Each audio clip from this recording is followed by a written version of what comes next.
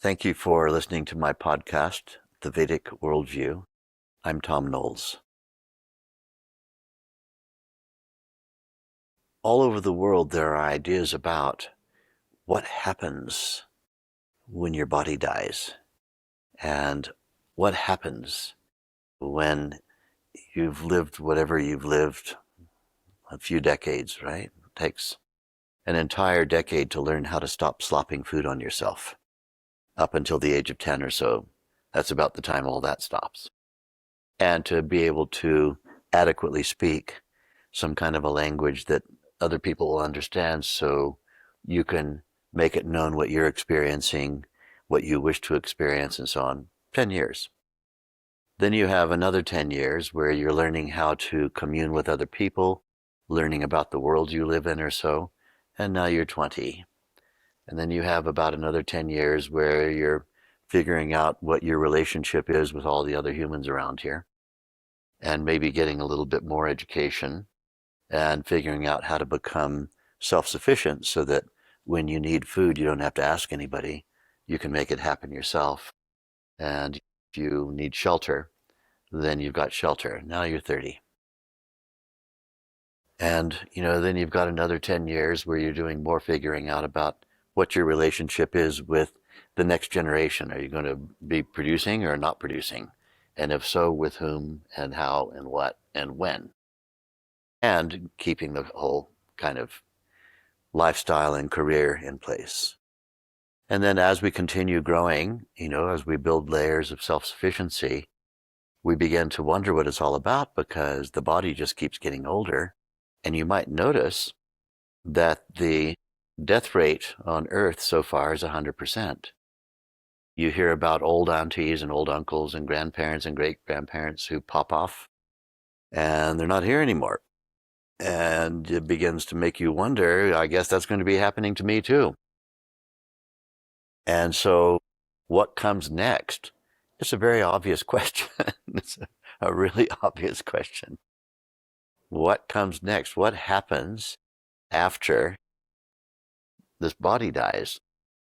And if you ask that question in an open format, for example, if you were to go on television and say, I would like all of the million viewers to send me their reactions about what happens after the body dies, there'd be 1,000 philosophies presented to you.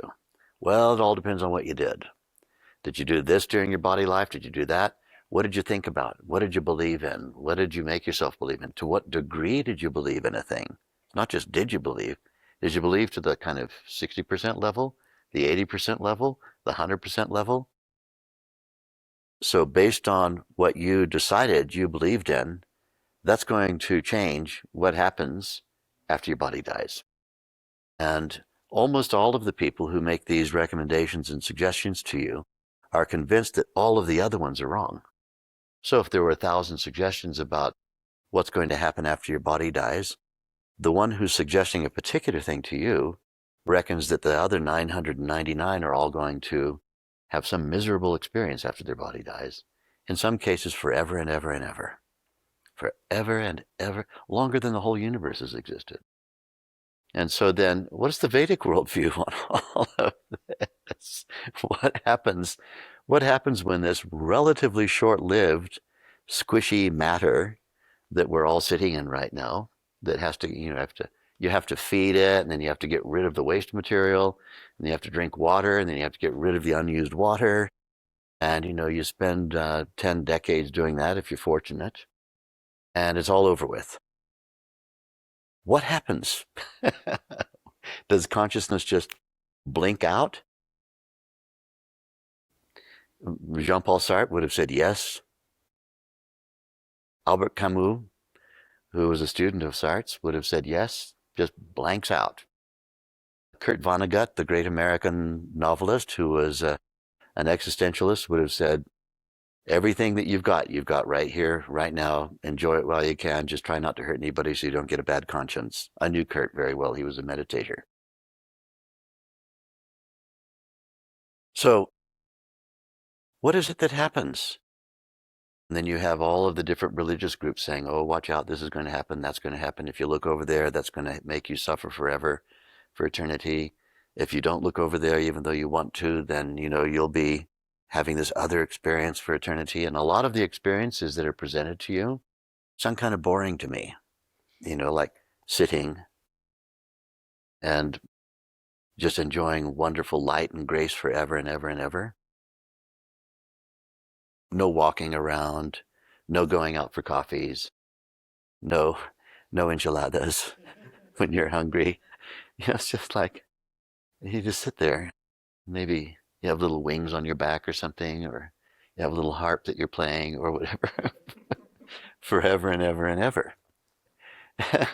And the alternative is, some religious understanding, just your corporeal body burning and burning for while you scream until it's gone, and then you get another corporeal body 3 minutes later, and that one burns and burns and burns, and you scream forever and ever, longer than all the galaxies have ever existed on the earth, and so on. So watch out what you think about. So what's the Vedic worldview on all of this? It's a much simpler view, much simpler. Those of us who practice Vedic meditation, we actually get to have an experience of what it's like to be without a body. Sometimes in our practice of Vedic meditation, we're sitting comfortably. You don't have to sit like I'm sitting in this pretzel position. You can have your legs down on the floor. And you've learned a particular technique where you use a specific kind of mantra in a very specific, effortless way. And it causes the mind to settle down to quieter and quieter layers of thinking. And when you become sufficiently deep, that is to say, in your least excited state, you begin noticing something. And this is actually, and quite new practitioners of Vedic meditation will report this. They'll say, I could feel my hands if, say, a fly landed on my hand, but in the absence of any overt simulation, I couldn't feel where my hands were. It was like my hands were gone. Now, if I wiggle them a little bit, there they are. It's not like true numbness.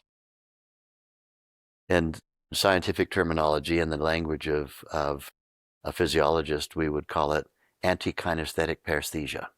That means in the absence of overt stimulation, there's virtually no sensation. It's not true anesthesia. It's not numbness.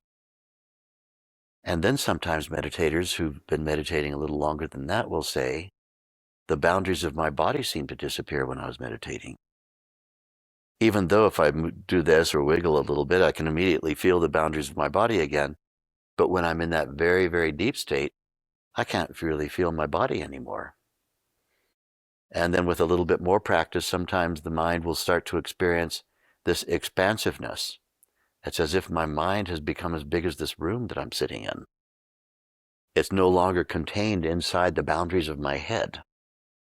These are more and more progressively, not really terribly advanced experiences. Maybe a few months, 3 months, 4 months, 5, 6, 7 months, less than a year usually, somebody will report having an experience of unboundedness. They don't feel trapped inside their body. It's not that the inner experiencer is departing from the body like a kite and going off somewhere with a little string attached to it. It's that from here, from this central point, the I appears to be expanding outward. And identification with all the individual things is less of a trend.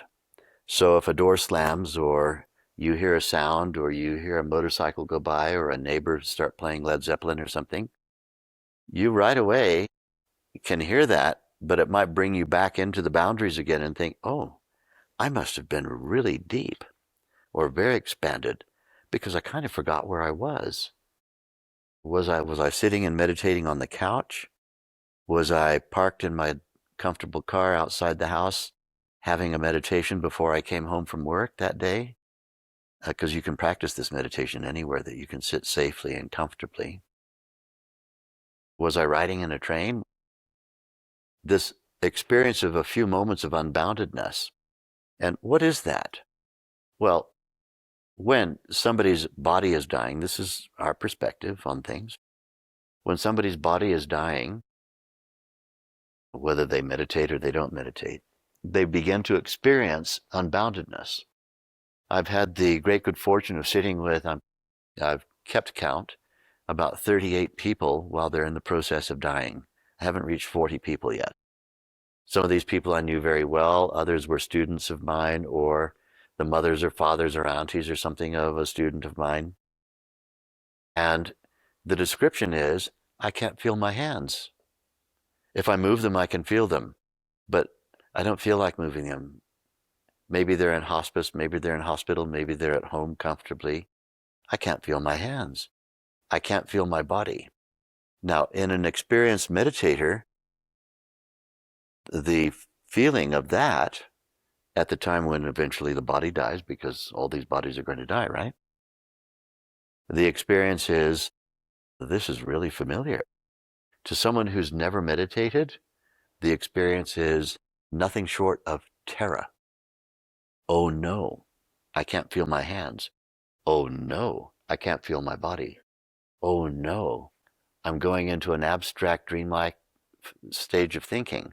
Oh no, oh no, oh no, and then grasping to come back into the body again, grasping to stay. Just don't let that thing happen. Don't let it happen.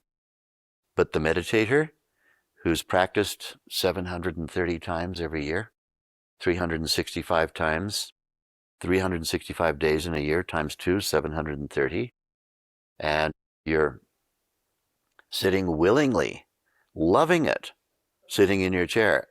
Oh, I can't feel my hands. Fantastic.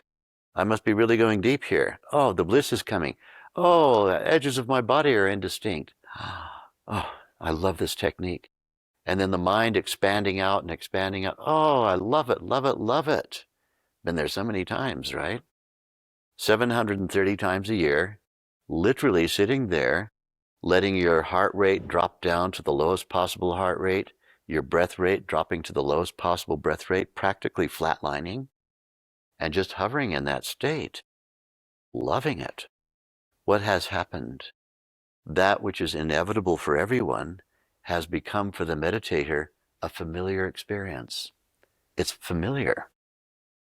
So when eventually the body has to go, it's like going into a deep meditation. Now, this gives us meditators a clue about what happens to people when they go through all the oh no and everything, and they end up without a body. As a meditator, we've been there, even if we've only meditated a few months, we've been there hundreds of times. The I'm without a body thing, we've been there hundreds of times. Not only is it not terrifying, it's kind of desirable. Once you actually let go, you're in quite a desirable state.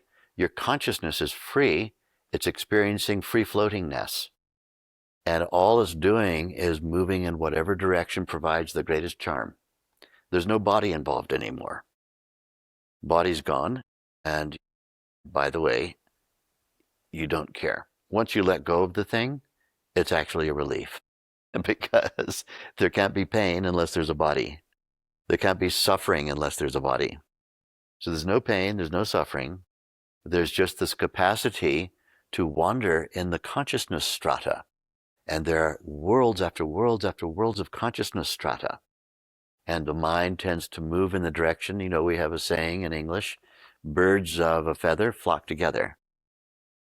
The consciousnesses that have affinity tend to flock together with other consciousnesses of their same kind. So, for example, if you were an Irishman from the stereotype versions of Dublin who loved to go out on a Friday night and get into a knuckle, and your idea of fun was to, have a drunken brawl on Friday night, but one of those Friday nights, somebody broke a bottle of Guinness over your head, and you didn't make it through the night and ended up with no body, what would you experience?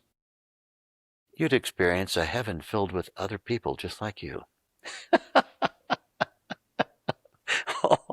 All of those who are in the same state of consciousness go to and hang out in the same layers of consciousness.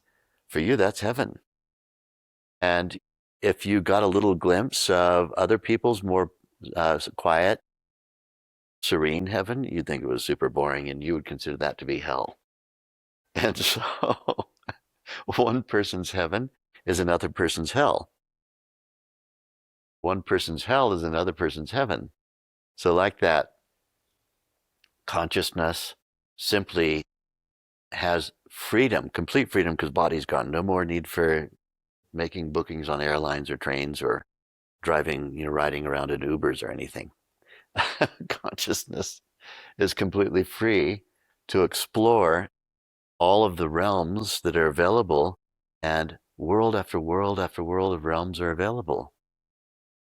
And eventually a time comes where it's time to regain the integration which is supposed to happen when we have a body.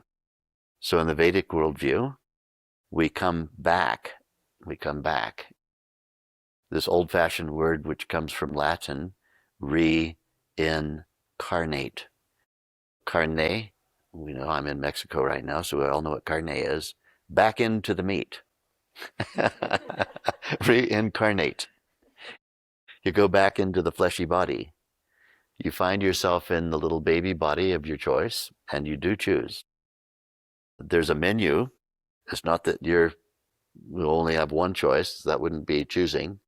There's a menu of baby bodies that could come into being, and you even have some influence in the getting together of the parents. You can pull some strings and say, okay, do the baby making cuddles now. You want to. Come on. Good. Make the body for me. And then you have the capacity then to move into one of several bodies that you can decide upon based on a kind of menu that has to do with unfinished business. It has to do with your spiritual family. It has to do with all kinds of things, but you're to come to the earth and do what we call integration. And what is integration? This is the unique Vedic worldview. In your lifetime, to what extent can you integrate the unboundedness with living inside of a fleshy body in the boundaries? That's enough to say, well, any meditator with even a few months of practice going on can, with eyes closed, sitting in meditation, go into the beautiful, deep inner silence and sit in that transcendent or quasi-transcendent state. That's easy. But then when you get up from the chair and walk over to the door, the activity of movement and, maybe having to answer your phone or whatever else you're doing overshadows all of that backdrop of the inner bliss that you could touch on in meditation. It was highly conditional bliss. Very, very conditional. I could be in the bliss so long as I didn't do this. My nose itched. I was in bliss, but then I had to scratch my nose, and my hand moving made it all go away. Or, I was sitting in the living room doing my meditation, and I'm experiencing the bliss, but my neighbor likes to play rock music. And the rock music starts up, and now, because of the rock music, I am not, the attraction to the bliss is overwhelmed by the distraction of the sounds. And so it's not a stable state yet. And at the end of the session, no matter how deep you went, if you have to walk over to the door, it tends to be overshadowed by that. So we have an analogy in Vedic meditation of dipping a white cloth in the dye. It actually comes from Chandogya Upanishad, in case you want to look it up. You take a white cloth and you press it down into the dye. And people who read this document who aren't aware of its full meaning, they think it's some ancient document that's telling people how to dye cloth. It's an analogy. It's an analogy. You take the white cloth, this is your consciousness, and you push it down into, and in the Upanishad it says, Kesharya. Kesharya means saffron. You take saffron, the little stamens from the saffron flower, you crush them up and boil them in water, and it turns into this thick, soupy, saffron-colored dye. It's dye if you're going to use it as dye. Otherwise, it's just watery saffron stuff, right? When you push the cloth into it, it becomes dye because it absorbs into the fibers of the cloth. Now you pull out your cloth, dripping wet, and you have beautiful kesharia, the color of saffron. You take it dripping wet, and you do something that is absolutely counterintuitive. You lay it out on some surface with the hot sun baking it. And what happens when the hot sun bakes it? It fades the cloth and fades it, and by the end of a day, it's not kesharia anymore. It's a kind of dingy yellow, like maybe ivory with a little bit of yellow in it or something. So, undeterred by this, and in fact encouraged by it, we dip it again and pull it out dripping wet and lay it on the hot baking sun surface again. It fades a second time, but this time the maximum faded point, it has slightly more color than it had yesterday. So you take it and dip it a third time, a fourth, a fifth, a sixth, and you keep repeating this. Infuse the color into it, bleach the color out of it. Put it into the place that's colorful, take it out, and challenge the color. Without challenging the color, you're not going to get what comes next, which is color fastness.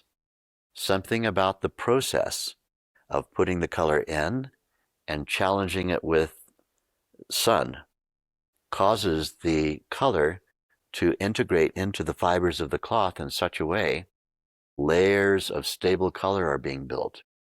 A time is going to come where you can put your cloth in the sun all day and it can't ever fade again.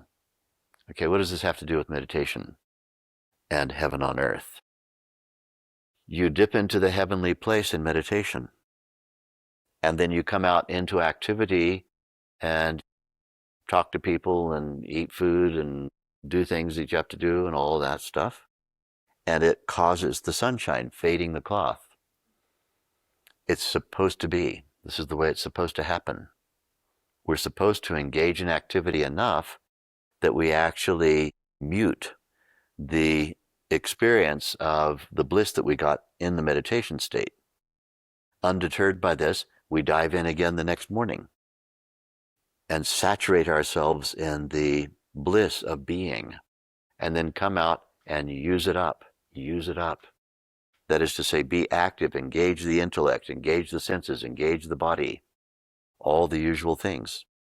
And it fades away. So in the afternoon, you dive in again, or evening, saturate again, come out.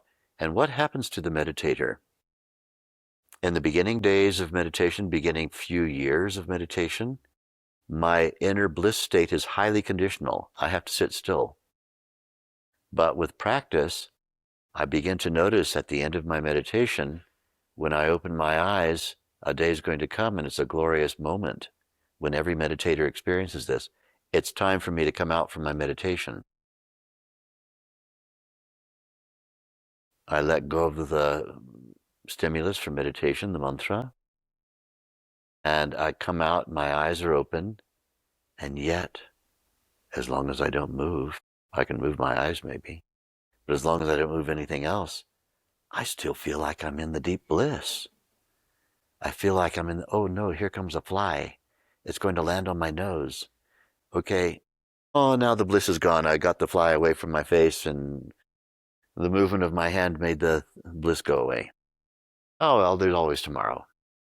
There's the next meditation session. I have to go to work now and get my things done and forget about all that.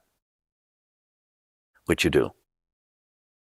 Next time you meditate, it's time to finish your meditation.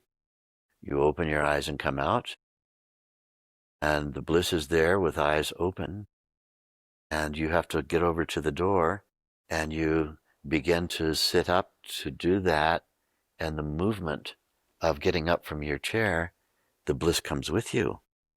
And maybe it's there for 1 step, 2 steps, 3 steps, 4 steps. Unboundedness inside the boundaries of a human body with eyes open. That which once upon a time was purely transcendental now is no longer transcendental. Transcendental means beyond. it's able to be experienced here with eyes open while moving. But by the time you get all the way to the door, it's gone. So you keep dipping the cloth and fading the cloth. Dive into the meditation state, come out and use it up. Dive into the meditation state, come out. You are stabilizing the backdrop of unboundedness. A day is going to come where you'll get to the door, outside the door, down the stairs, out to the car, and it won't wear off until just before lunchtime. The bliss, the unboundedness, stays with you for hours before fading away. And then gradually, it's there 24 hours a day, even in the night when you're sleeping. Lying in the bed, you hear the usual sounds that your body makes, all that stuff. Your body makes noise and you don't know it, your partner knows about it. But now you start to become aware of the noises your own body's making. This is a new thing. I didn't know I was so noisy. What's happening here? The unbounded awareness is now taking over the sleep state. Taking over the waking state is relatively early. I can experience unboundedness while I'm engaging in activity. That comes relatively early. But for the unboundedness to conquer sleep, the conquering of sleep is called Gudakesh in Sanskrit. Gudakesh, the conqueror of sleep. When that happens, that, something that ordinarily would absolutely knock you out, you don't even know you're snoring, everybody else knows, but you don't know. Now suddenly you're kind of faintly awake while you're sleeping, not insomnia. Super content, resting very, very deeply, but you can kind of feel it's time for me to roll this way. You can feel, does the bladder need emptying? Maybe I need to go. You can feel, you can hear the little sounds that you're making, all that stuff. You are awake while you're sleeping. Your body's asleep, but your consciousness is awake, and you're starting to normalize this unboundedness. For you, the unboundedness no longer, unboundedness going on during boundaries, no longer is it novel. The novelty of it disappeared ages ago. It's not a novel experience anymore. It's the new normal. And the new normal is a state where you can't really tell that you're in that state. We call this state cosmic consciousness, all-inclusive awareness, and there's a lot of evidence from the perspective of others. There's a lot of evidence that you're in cosmic consciousness, but you yourself don't even know because you've normalized it. The novelty of it is gone. But when you notice it is when you're around other people and they are describing or having their experiences, whether they describe them or not, they're having them. And you notice the difference between you and them. You feel like invincible. You have a kind of invincible capacity to be stable, to be adaptive. You've stopped wondering, what should I be doing? What should I not be doing? There's no wondering anymore. You find yourself spontaneously engaging in action, which appears to be the right action, whether you give it deep thought or you don't give it deep thought. You find yourself spontaneously leaning into whatever it is that turns out to have been the spontaneous right action fulfilling the need of the time. And you're just living your life like that. Your consciousness is unbounded, but you've normalized it so it doesn't feel like a novel state. You're not walking around all the time thinking, gee whiz, I'm experiencing unboundedness while I'm walking. I'm experiencing unboundedness while I'm talking. You know that it must be true because of the contrast that you're having with everyone around you. They wonder things, and you don't wonder anything anymore. They wonder, should I do this or should I not do that? And you kind of look at them and you think, if I were in your shoes, I wouldn't be wondering anything. What is there to wonder about? There's only one thing to be done at any given time, whatever that is. It's the most frictionless and obvious thing. There are no more choices. One doesn't have to choose, okay, what's the more charming, this or this? You are spontaneously behaving with relation to charm, and you've done it so much spontaneously, you've forgotten that you're doing it. Except that you don't find choices appearing anymore. There are no choices. Someone says, would you rather go to Argentina or go to Mexico City? And you just say Mexico City, it comes out of your mouth. And, you think to yourself, they presented me with a choice, evidently, but I didn't really choose anything. I just found myself saying Mexico City, and here I am. So life in cosmic consciousness is a life where you're fully engaged, you're enjoying everything. You notice that you're different to other people. If somebody else, this is a thought experiment, if somebody else could get inside your head, they would think they were tripping or something.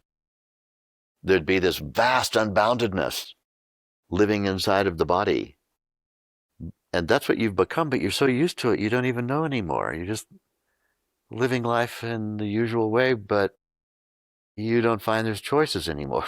There aren't choices. There's just the one really obvious frictionless way to go all the time, 24 hours a day. This is heaven on earth. From the Vedic perspective, heaven cannot exist without a boundary, without body. Heaven, the heaven so-called that you experience when the body's gone, which is just unboundedness, it's too free. It wants container. It wants to demonstrate itself in a container. One great analogy my master used, you take a glass of water, and here is a lake of beautiful, pure drinking water, and you submerge the glass of water, and it fills the glass. Now you have a glass full of water underwater inside of a lake of pure water. Pure water inside, pure water outside. The only thing that's separating the water that's inside and outside is the walls of glass. The water inside and the water outside, all identical. This is cosmic consciousness. You can't tell the difference between you and the cosmos. It's all one thing. It's all unified. You do have a body, and it's kind of curious. It's fascinating that there's a body. If you took the full glass of water that is underwater inside the lake of pure water, and you move the glass around, it can't get less full or more full. You could turn it upside down like this, and the water can't come out because it's all contiguous water everywhere. So you can turn it, you can do this, you can do that, you can do that. Now, what happens if this glass is the human body?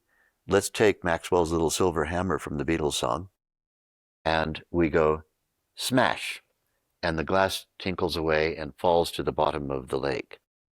What happened to that consciousness that evidently was defined by that lake of water? That consciousness before and after the glass is the same consciousness. The glass didn't make it what it is, but it's kind of novel, it's sort of entertaining, and it's enjoyable to have a full glass of water inside of a lake of water. It can't empty, it can't fill, it's always full, it can never get empty. There's a boundary, and it's a kind of a ticklishness. This is the idea of heaven on earth. Cosmic consciousness is just like that. You find yourself, you can sense yourself being everywhere. And what it is you zero in on is whatever it's obvious to zero in on. You can certainly zero in, like wide end of the funnel can easily look down into the narrow end of the funnel and experience the narrow end of the funnel. It's all one thing. Wide and narrow is all me-ness. I'm all this. This is me. It's wide end of the funnel, cosmic, and narrow end of the funnel, it's all available. at all times. There's never a moment where I'm stuck in the wide. In the early days of meditation, we can go into the wide, but we can't be in the narrow end at the same time. If you go to the narrow end, you lose the wide. When you come out of the narrow end and go to the wide, you're in the wide, narrow's gone. If you go into the narrow, the wide is gone. But as you move back and forth over and over again, it all turns into one indivisible whole thing. You're experiencing all of it at the same time, and it just feels normal. It just feels absolutely normal. So if somebody says to me, Thom, are you hungry for your morning toast and tea? I'm not going to say, you know you're talking to the cosmos. Cosmos doesn't need toast. Oh, maybe Cosmos would like some toast. There's nothing like that going on. You feel like you're the regular you, except you've been jolly for a lot of years. As years pass, and that we call this enlightenment, as years pass in that enlightened state, you notice something. You have this average that other people don't have. Because you can't help but look around, right? You see other people like boo-hoo and whoopee and, whatever. And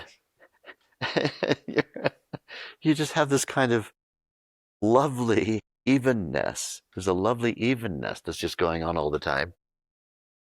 And you notice it, and of course, other people notice it. They notice you're different. And that's why they ask your advice about things. Because you don't look as though you're filled with all these ups and downs. You're not on the roller coaster anymore. You're just kind of like on this beautiful even keel. So cosmic consciousness is heaven on earth. Heaven on earth is ridiculously simple to get. You look up your local teacher of Vedic meditation. Easy to find via my website, thomknoles.com. It never ceases to amaze me that so many listen to my podcast. And I meet them sometimes and they'll say, oh, I love your voice. You've got such a great voice. I don't thank you very much. Yes, I love to lie down in bed and listen to it at night when I'm falling asleep. Did you learn Vedic meditation yet, or are you just using this as an insomnia pill? No. There's something that's supposed to come out of this podcast, which is somehow, I don't know how, you get inspired to learn Vedic meditation. It's really, my podcast is the world's longest introductory lecture for learning Vedic meditation. Hundreds and hundreds of hours of me hopefully being an inspiration to you to actually click on a link somewhere, find out where the local teacher is, and actually get instruction in this thing that I'm talking about, and begin having the experience. Otherwise, you know what the Veda says about itself in the 10th mandala, it says that all knowledge of the Veda is embedded in your own consciousness state. And everything that's divine also is embedded in your consciousness state. Yasmin deva vishve nishidu. Then it goes on to say, Yastana Veda Kimricha Karishyati, which means for those who don't have the transcending experience, the whole of the Veda is nothing but flowery words. It's just beautiful flowery words. And then it goes on to say, Yaita Dvidusta ime samasati.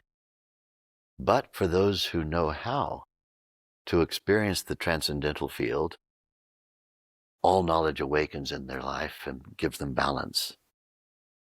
So it's right there in the Veda itself. Veda is nothing but flowery words if you don't learn how regularly to transcend relativity and experience the underlying consciousness field. So there's an inspiration. Heaven on earth, and this is unique in the Vedic, to the Vedic worldview. Having traveled the world and having spoken with theologians of every kind, invariably I find one common theme. Heaven is body death dependent. There's variations on the idea that being life in a body is the irrelevant thing. It's the examination ground. It's the testing ground for whether or not you're going to get heaven one day. But this is not what it's all about. Being in a body is not what it's all about. Uniquely, the Vedic worldview, unique in the world, the Vedic worldview states heaven is body dependent.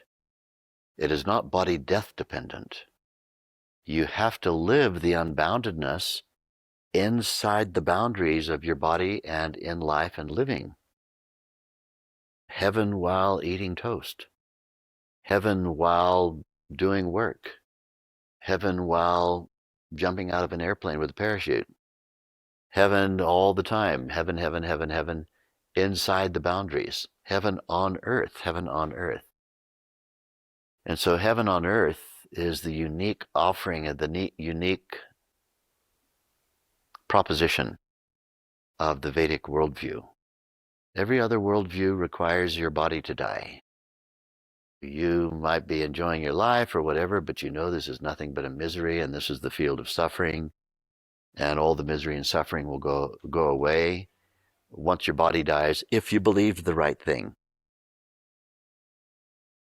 And you didn't do this and you did do that, and well, that. The Vedic worldview is the only one that says you can experience the heaven while you're in your body, and then when you bring the heavenly consciousness state, the unboundedness, into a body and live it, that's heaven on earth. What happens after the body dies? You break the glass. It's already merged with all the water underneath it. No new merger takes place. In cosmic consciousness, when the body drops away, no new merger takes place. You were merged already for years, hopefully, while you were in your body, merged with that cosmic value. Just the glass disappears. The contiguity of the water, inside and outside, remains the contiguity of the water. It was always contiguous. So, heaven on earth. It's fun to be cosmic and be in a body. That's the bottom line. Jai Gurudev.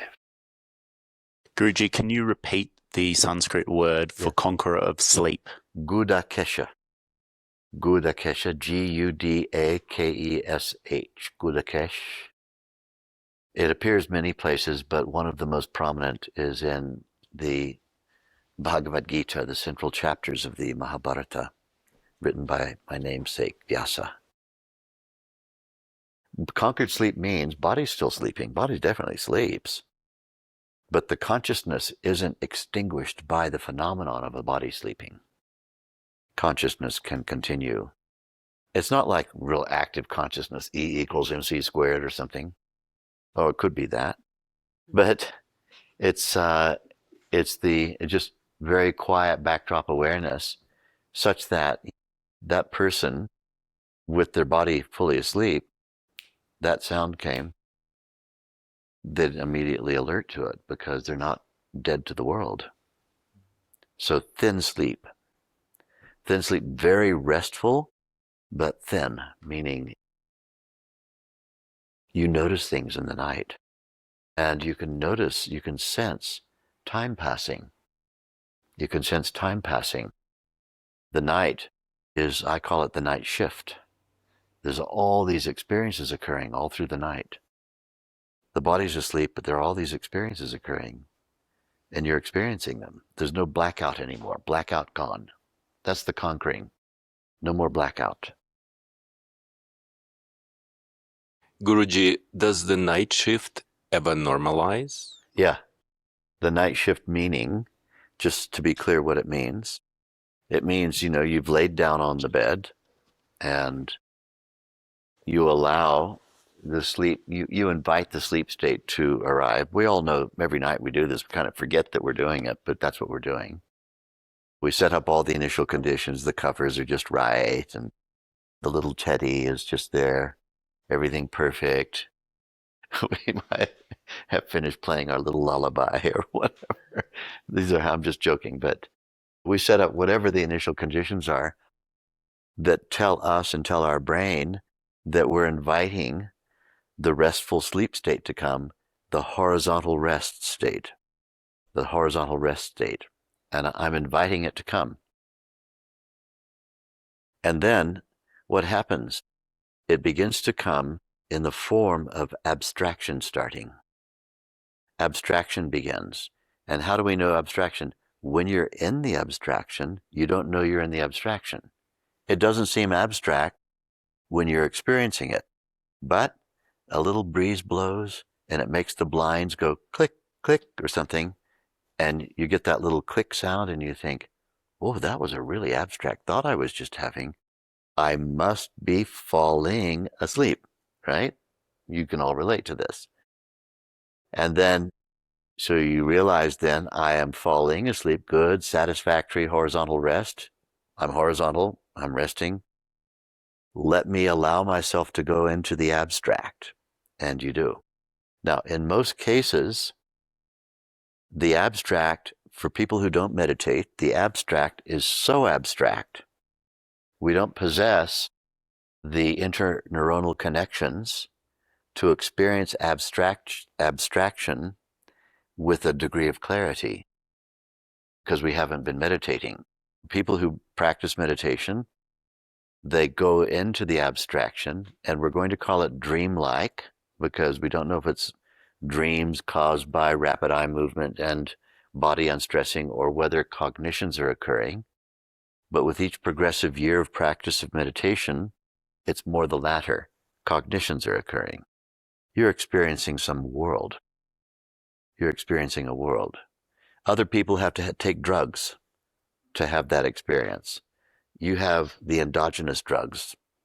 You have the endogenous, all the endogenous opioids, all the endogenous, the endocannabinoids. You have all the endogenous drugs. That means endogenous means produced by your own brain, no dealer required, and no rubbish into the body, just your own brain chemistry, allows you to be active and participating. And I refer to this as, quotes unquote, night shift. Now, how do we know night shift is happening? Something happens. Maybe you get a little bit of a full bladder. And in previous years, you may not have noticed that. You could have held all the urine all night. But people who get more conscious, they begin to notice there's body needs occurring and they get up more often. It's a really interesting thing. This is not due to enlarged prostate or anything else like that. This is just due to the fact that you're more conscious and your body may have a need to get rid of the uric acid and all the rest of it, which happens when you urinate. So you become a little more conscious of body need. There's a relationship between this and bladder health and kidney health, by the way.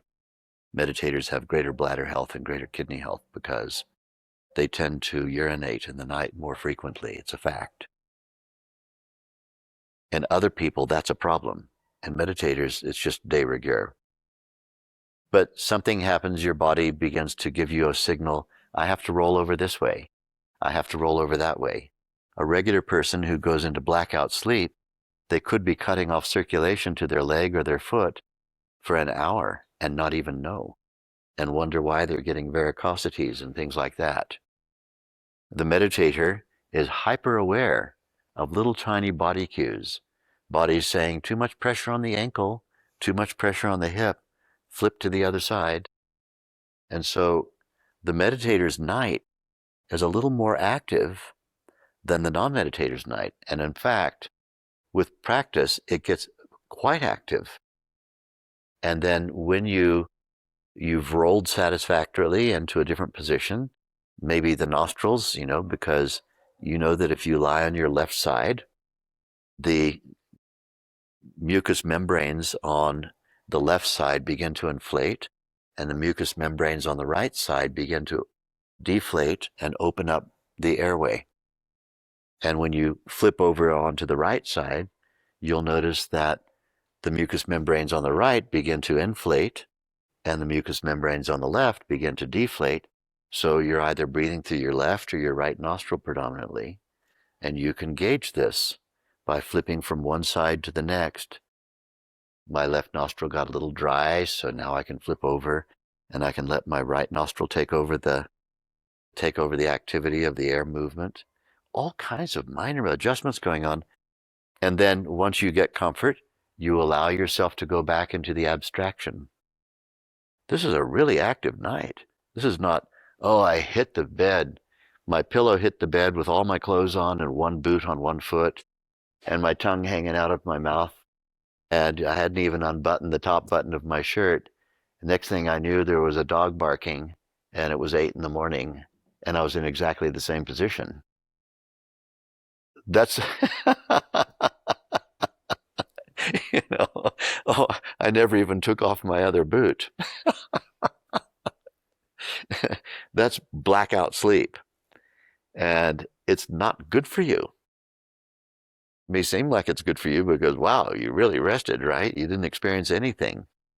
But studies have shown that if you are faintly awake while sleeping, your body will allow you to rest more deeply. And there's a biological, anatomical, anthropological reason why. Our ancient ancestors lived in places where dangerous animals could enter their sleeping place.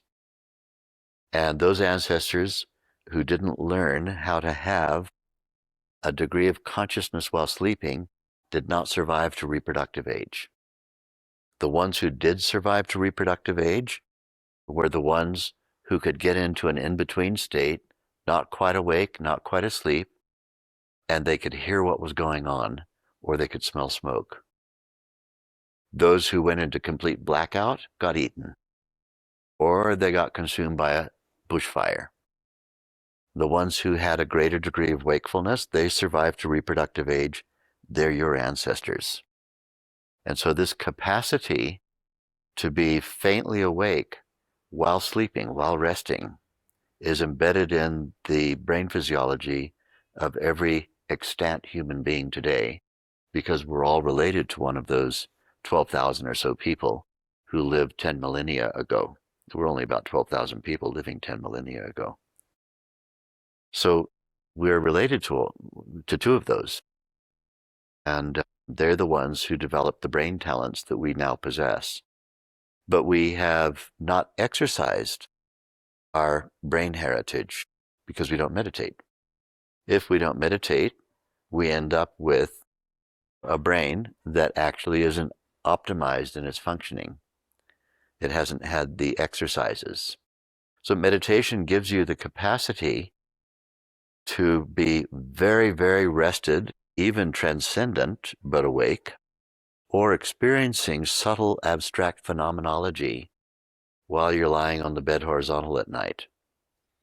And this is one of the percentage of cosmic consciousness. We talked about cosmic consciousness, where the dye is able to stay colorful in the cloth even in the sunshine, the color fastness that we talked about. As cosmic consciousness grows in percentage, one of the signs of it is Gudakesh. Gudakesh means the conquering of the sleep state. Sleep continues to be sleep, but there's a knower while sleeping. The knower doesn't get extinguished or made extinct. The knower continues. And if there's a knower, then there is knowing and there is known. And so the night starts to turn into, I call it night shift. Day shift, vertical, mostly. Sometimes I lie down on my side, but mostly vertical. Day shift, night shift, horizontal. And as much activity going on in the night as there is in the day. Much more restfulness, but consciousness is interacting with things. And what's happening through the night? Your brain is being reprogrammed. It's being introduced to all kinds of subtle abstract concepts, so that when you rise in the morning, you're wiser than you were when you laid down on the bed that night before. You've awakened your capacity. This is why we have that old saying, which somebody might say, look, I don't know if we should get together or get married or not, but, let's sleep on it. Let's sleep on it. Don't know if we should go into business with each other. Don't know if we should do this. Don't know if we should do that. I'm going to sleep on it. Well, what would sleeping on it do if all it was unconsciousness? That old saying, let's sleep on it, came from a time when people were actively engaging in night shift. Their consciousness was being able to synthesize different ideas into a contiguous formula. So this should be happening every night, not just you fall on the bed with your clothes on and wake up with your clothes on in the same position 12 hours later with maybe a headache. Conscious. Everything needs to get more conscious.